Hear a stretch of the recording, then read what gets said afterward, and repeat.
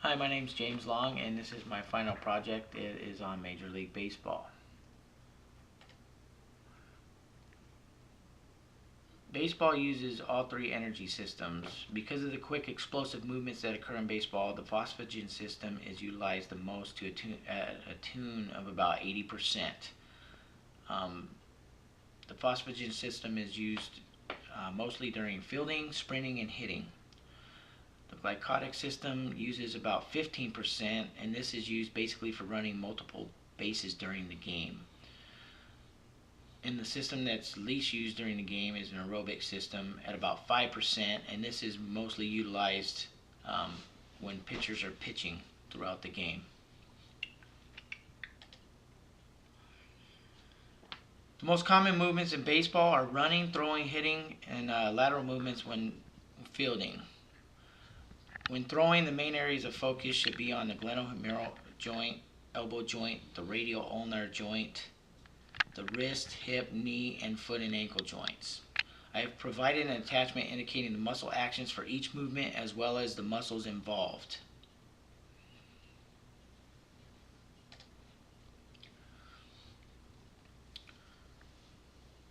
The needs analysis evaluates the sport to determine what activities will transfer into improved performance.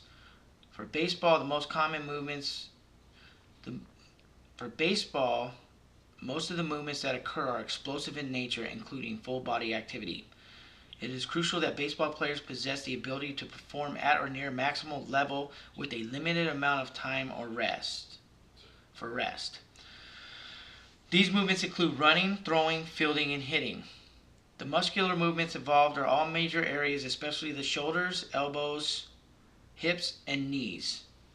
Further, the primary requirement for baseball is strength and power.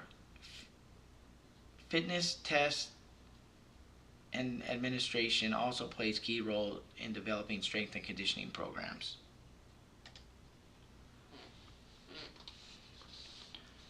Fitness testing is used to properly evaluate an athlete's baseline for his or her given sport.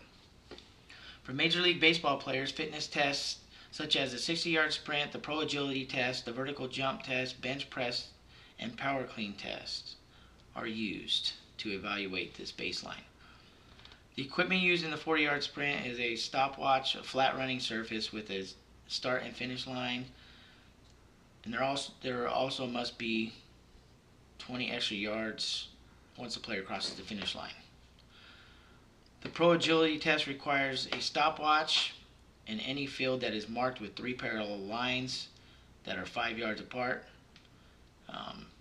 The vertical jump needs equipment such as a flat floor with reliable flooring, chalk that is a different color than the wall, a smooth wall that has a ceiling higher than the highest jumper can jump, measuring tape, or if it's available, a Vertec device can be used. For the power clean and the bench press, the bench press needs basically a flat bench, a bar, and some free weights. The power clean test needs a bar and some free weights as well. The test will be administered in the following order. It would be the vertical jump first, followed by the pro agility test. That would be followed by the 1 RM power clean, and then the 1 RM bench press, and then the last one would be the 60-yard sprint.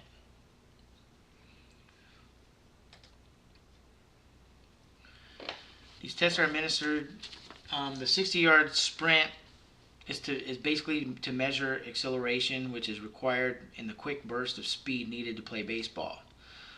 The pro agility test plays a key role in determining the athlete's ability to start and stop and change direction of the body while remaining under control. This test is indicative of the types of movements required when fielding a baseball.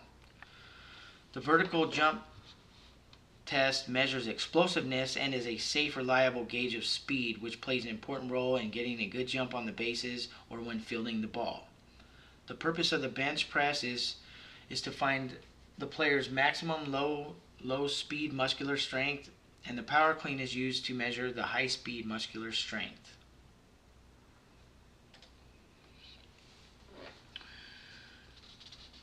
The baseball season normally it lasts. The preseason is 1 month and it starts in March.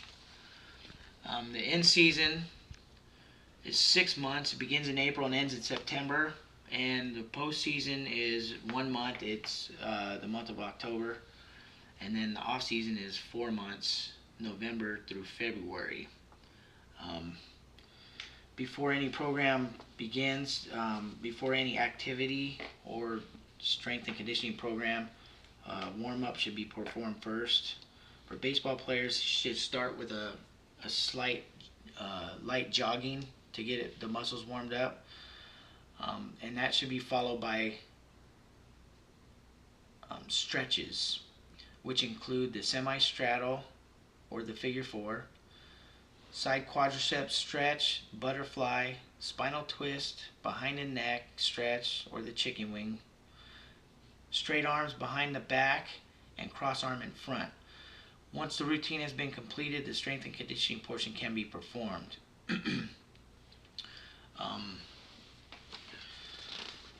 I have attached my periodization for the training season for a baseball player, Major League Baseball player. And you'll notice that the percentages of the 1 RM in the off season are greater than in the preseason, which contradicts what the book says.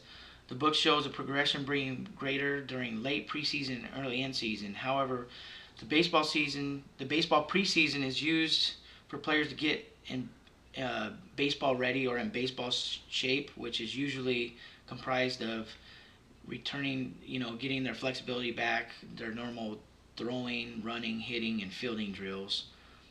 The resistance training during the preseason and in season is to maintain the strength levels acquired in the off season. The progression throughout the off season is aimed to gain the strength desired without compromising the flexibility required to play baseball. Once the desired strength has been reached, the focus shifts on maintaining the strength levels throughout the remainder of the season. That's the presentation. Please comment, and good luck to everybody.